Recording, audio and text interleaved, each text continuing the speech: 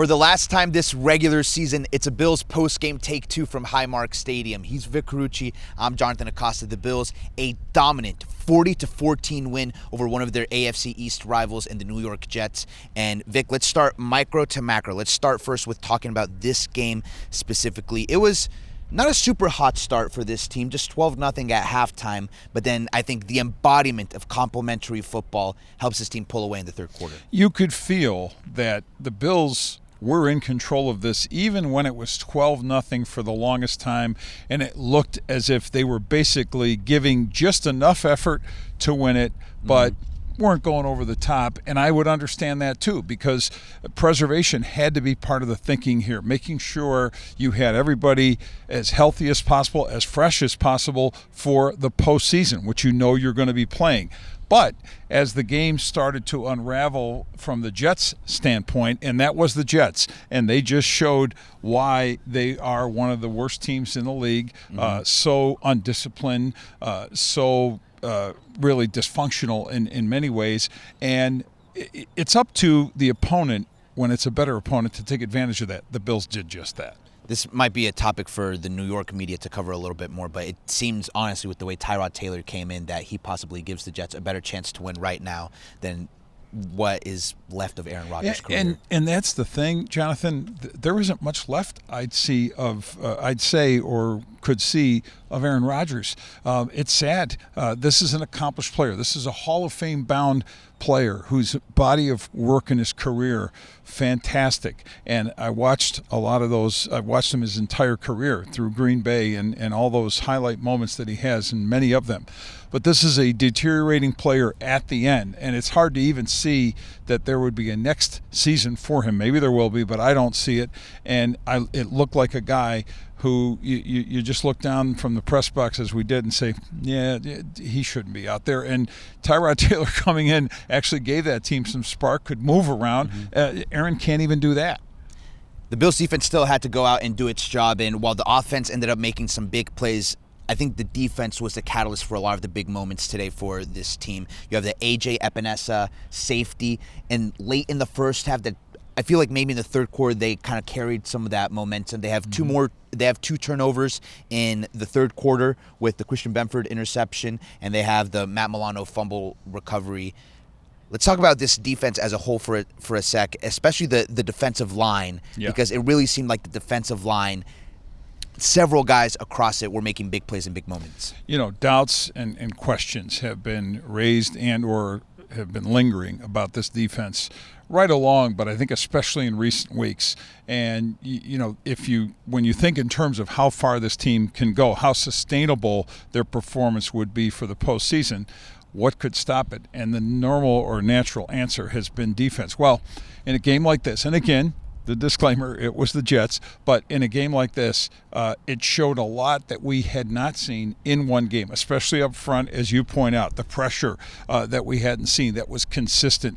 Everybody getting into the act, including Von Miller. But you mentioned that safety. You mentioned really the big moments to which they rose when they were down there and stop them on a fourth down, when they forced a turnover and they're deep in Bills territory going this way.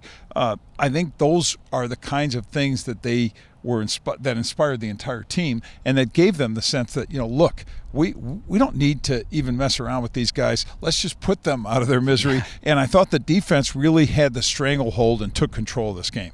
It's interesting because throughout the course of the game, it stood out to me just the number of names making plays on defense, to the point where Greg Rousseau, we caught up with him after the game, and he used the term that the offense uses of everybody eats. Greg Rousseau had the fourth down stop. DeJuan Smoot had a run stuff on the play before the safety. Jordan Phillips an interception.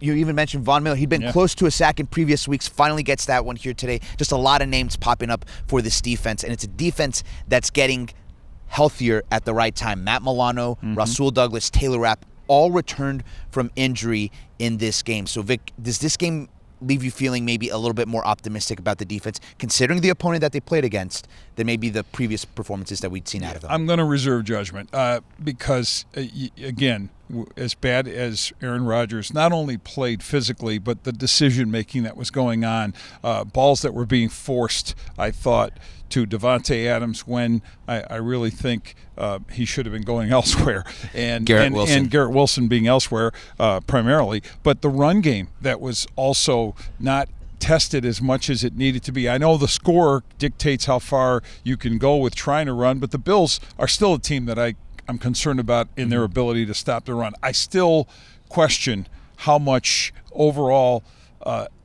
elite talent is playing on this defense. Good performances today. Lots of game balls were handed out, as Sean McDermott said, and I applaud all that, and I'm not trying to pour water on that, but I don't know that this single game is going to make me believe that when they get into better competition after they finish the season in Foxborough into the playoffs, in every round of the playoffs, they're going to face better opponents, much better opponents than they saw against the Jets. You mentioned the run game. It's interesting because they have a talented running back in Breece Hall, but it's just not a team that's been able to run the ball consistently this season. Over to the offense, where Josh Allen, as he has at multiple points this season, hearing MVP chants ringing throughout Highmark Stadium, 199 total yards, 3 total touchdowns. He ties Thurman Thomas's franchise record for rushing touchdowns. Incredible that he does it as a quarterback. And he also had like a dozen or more other records that he ended up tying or breaking. Vic, this is probably the last meaningful action that we see from Josh Allen out of this season. What did he do in terms of his MVP case? And now with his regular season pretty much over, can you just put into perspective the sort of year that we saw from the Bills quarterback? I called this his closing argument, because for MVP of the 2024 regular season, that again is where the vote is based, and on which it is based, and he is, if he plays at all, or he'll play very little against the Patriots. So the body of work is going to be 16 games, and what we've seen in those 16 games makes a very strong and compelling case for Josh Allen to be MVP. I think anyone with a set of eyes, working eyes, can see that, and it's a case that he has been making. I think this is the other thing that works in his favor since October, and he's been really on mostly a roll since then. Has there been a hiccup here and there? Sure, and I would call the New England game a recent hiccup, but let's not have recency bias with that. Look at the big picture, and what you see is a very strong argument for him to be MVP. Yes, Lamar Jackson in that conversation, and you've heard a lot of pundits say, well, he's kind of rallying and maybe possibly moving ahead, or at least tied with Josh.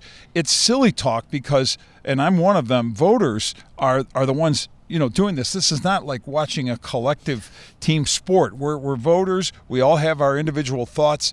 My criteria is to judge body of work, and I'm doing that with Josh. I'm doing that with Lamar Jackson. I'll see where Saquon Barkley is in all of this, but I really think it's between those two in my mind, and then decide ultimately what the right way to go with that vote. I'm not revealing that here. I'll reveal it after it's announced, and that won't be until February 6th, I believe, is the time when the NFL Honors Show. Yeah, plenty of time to get there. But all of that said, of course, Sean McDermott completely in his right to tout his quarterback. The players in the locker room, as I understood it after the game, were chanting MVP, MVP. The crowd doing the same thing. Everybody has that vibe here, and rightfully so. I think Josh enjoyed that immensely, as he should.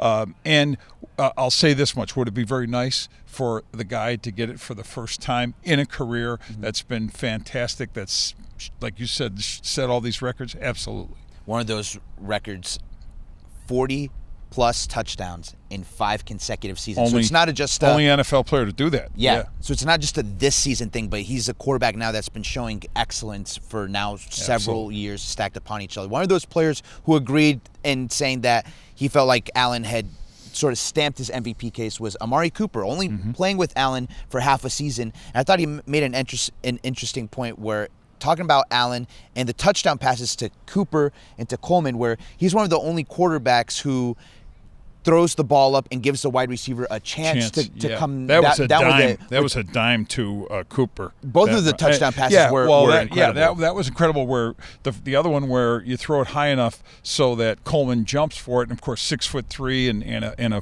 former college basketball player. But the one that Coleman lands hard on his back, and I know they checked him briefly. He at mentioned least his for tailbone actually afterwards that he kind of fell hard on. And I look, just watching that, I said, hey, he got up slow. I said, I understand that based on how he fell and how hard he fell.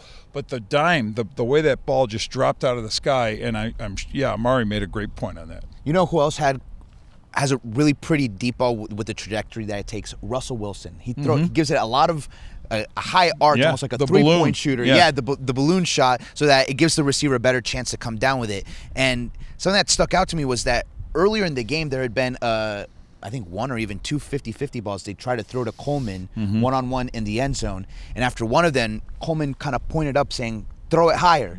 Throw it higher. Well, the one where they actually connected, Allen rolled out and then threw it across his body. Another one of those sort of MVP type of plays. And it was high up in the air, but that one actually gave Coleman to kind of show off his basketball skills, almost like going up for a rebound. I was going to say, none of those Jet defenders was going to have a shot at that, but he did. Yeah, so, and overall, the point that I want to get to with Cooper and Coleman is that not something that we've seen all that much this season, where it's part of the reason Allen is MVP is he's sort of elevated this offense. But on both of those occasions, it was his wide receivers going out and making the play to help him.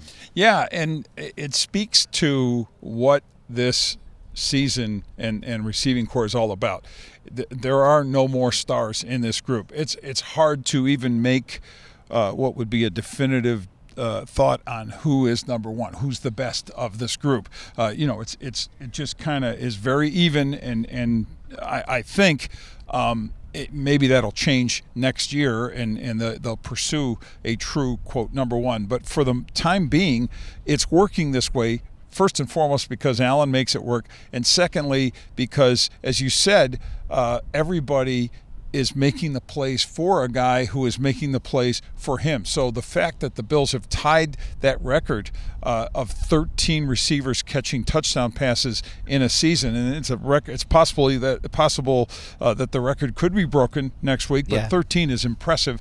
Everybody eats. That is with an exclamation point with a number like that. Yeah, and the last addition to that 13, so cool. Tyrell Shavers, elevated from the practice squad. His very first NFL catch goes 69 yards on a wide receiver screen for a touchdown. We caught up with him after the game. He said the only thing he was thinking about when he had kind of the wide open space in front of him, don't fall down. Yeah, pretty understandable. And that was Mitch Trubisky who throws the pass to him. Yeah, so the Bills' offense, defense, everyone feeling good as they go into Week 18 now, the final week of the regular season. The Bills, as we've mentioned, have the number 2 seed clinched in the AFC, so really not a whole lot to play for next week. And Vic, I know you asked Sean about this, about how winning this game gives them plenty of options going into next week. Yeah, and I think it's extremely valuable that they get at least the 2 home games and got this win to get that. So we understand it. 8-0 record here, and then you go back to 1990 was the last time that was accomplished, and that was the first of the 4 consecutive Super Bowl seasons. So there's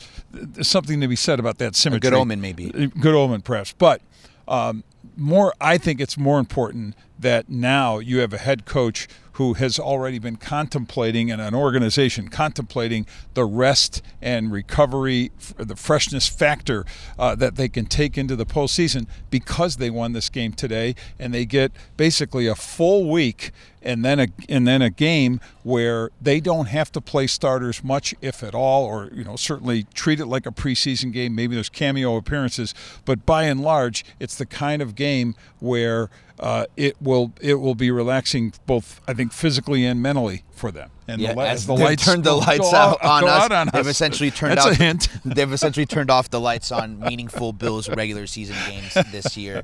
It's interesting because it's a different position than the Bills were in last year, because Week 18, they had to go to Miami, that Sunday night game, to win the division. By the time they played the game, they knew they were in, but going into that week, they didn't know if they were going to make the playoffs. No, different vibe. And this was a team that was banged up by the time they played Kansas City in the divisional round, from playing Miami and playing Pittsburgh in that wild card round. So you wonder if this team is healthy, after a wild card round, how far can they go? And you heard, I want to answer that, but you also heard Sean say that he had already contemplated, was drawing up some notes regarding personnel usage in that final game, just on the thought that this Jets game was one that they should win, so you could think ahead and plan ahead on that. So he said full transparency, he was doing that. Also said he had planned to sit down with Terry Pegula, Brandon Beane, have a collective discussion about it and come to a collective thought on, again, the usage of personnel. I'll go out on a limb and say Josh Allen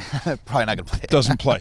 But back to what you were asking, if it's a healthier team coming out of and these are big ifs. Who knows? But out of that wild card game, which I think will be likely against Denver, on the assumption that the Broncos get the 7th seed, which plays the 2nd seed. They would just have to beat Kansas City's backups. And that's all they do. If Patrick Mahomes doesn't play in that game, and there's reports that he won't, then you see Denver win that game, then come here for the wild card game. And yes, if Buffalo is healthy enough, it's all about attrition in this league. The whole season is about that, but especially in the playoffs. And if they can hold up, and then what happens in round 2? It's probably Baltimore here, another very tough team. So look, it's going to be that's what the postseason is, a tough road. Hard to project what will happen, but are the Bills good enough to go the distance, Jonathan? I absolutely believe that. Vic, honestly, it's just exciting that we have playoff football to look forward to and that it's just on the horizon. Yes. One more, not meaningless game, but a game that doesn't mean a whole lot to the Bills next week in New England before they return to Orchard Park for Wild Card Weekend. For Vic Carucci, I'm Jonathan Acosta for Channel 2 Sports.